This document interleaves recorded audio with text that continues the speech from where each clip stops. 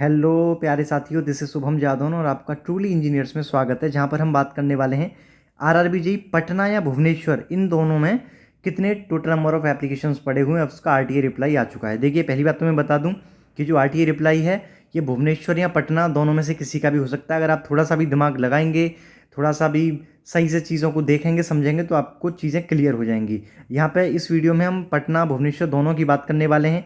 कोई एक data fake है और एक सही है। तो जो आरटीए रिप्लाई आया है उसमें कन्फ्यूज़न है कि ये पटना का है कि भुवनेश्वर का है। चीज़ों को फैक्टफुल तरीके से समझेंगे तो अच्छे से क्लियर होंगी। पहली बात तो मैं आपको बता दूं कि देखिए, यहाँ पे लिखा हुआ है पटना और यहाँ पे लिखा हुआ है भुवनेश्वर। तो ये डाटा है किसका?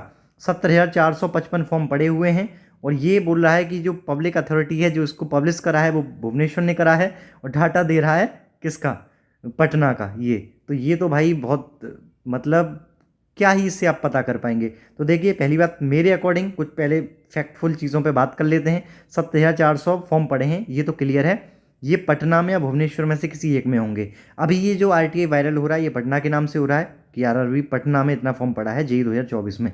अभी देखिए, पटना में 247 सीट हैं और 70,455 अगर फॉर्म पड़े हैं तो कंपटीशन पर सीट आ जाएगा 70 का, जो कि पॉसिबल नहीं है पटना में। दूसरी बात, आप यहाँ पर भी देखेंगे तो जो वेबसाइट का रेफरेंस दिया है वो आरआरबी बीबीएस यानी कि भुवनेश्वर का दिया हुआ है।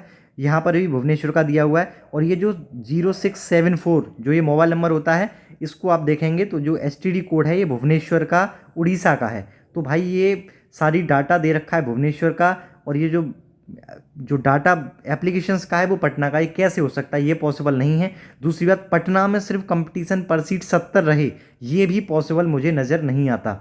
ठीक है। जहाँ पर दूसरी साइड आप देखेंगे कि अहमदाबाद में कंपटीशन 88 का चल रहा है, बिलासपुर में 107, चेन्नई 180, चंडीगढ़ 127, 132, कोलकाता 174, जम्मू 116, सिलीगुड़ी 91 और जो अभी अभी आया सिकंदराबाद उसका 228, तिरुवनंतपुरम का 154।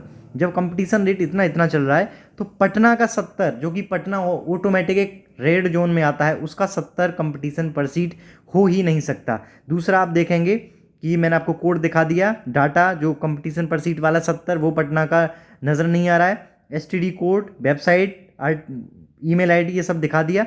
इसके अलावा एक चीज़ और आप नोटिस करेंगे कि यहाँ पर जो पटना में जो पी लिखा हुआ है, पटना में जो एन लिखा हुआ है, उसका लेफ्ट साइड मोटा है और बाकी जितने भी इस इंफॉर्मेशन में एन लिखे हुए हैं, या तो उनके दोनों एन बराबर हैं या उनका राइट साइड वाला पोर्शन मोटा है। आप किसी भी एन को उठा के देख लीजिए, आप किसी भी एन को देखिए, सिर्फ एक यही पटना वाली ही एन ऐसी है जिसमें राइट साइड पतला है और लेफ्ट साइड मोटा है। आप यहाँ पर भी देख सकते हैं, इसमें इस वाली में भी देख सकते हैं आप।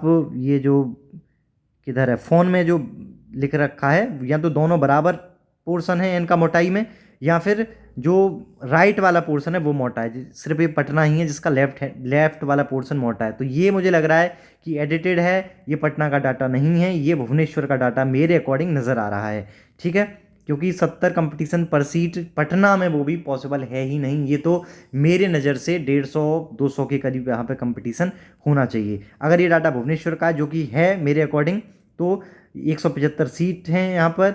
इसका 70,455 में अगर डिवाइड करेंगे तो कंपटीशन सीधा सीधा 100 आ जाएगा, यानी कि CBT 1 में हर एक सीट के लिए 100 बच्चे फाइट करे हैं। तो आप कुछ चीज़ें समझ में थोड़ी बहुत आ गई होंगी कि मैं क्या कहना चाह रहा हूँ। ये डाटा वायरल हो रहा है पटना के नाम से, लेकिन यहाँ पर और ये जो वेबसाइट वगैरह, ईमेल आईडी है, ये सब कुछ भुवनेश्वर के नाम से है। तो ये डाटा मेरे अकॉर्डिंग भुवनेश्वर का है। अगर आपको लगता है पटना का डाटा है, भुवनेश्वर का नहीं है, तो आप कमेंट करके बता सकते हैं। हालांकि ये एक डाटा फेक है, पटना वाला, और एडिटेड है। बाकी भुवनेश्वर वाला डाटा है, मुझे ज़्यादा लग रहा है। तो इन दोनों में से किसी एक जोन का डाटा है।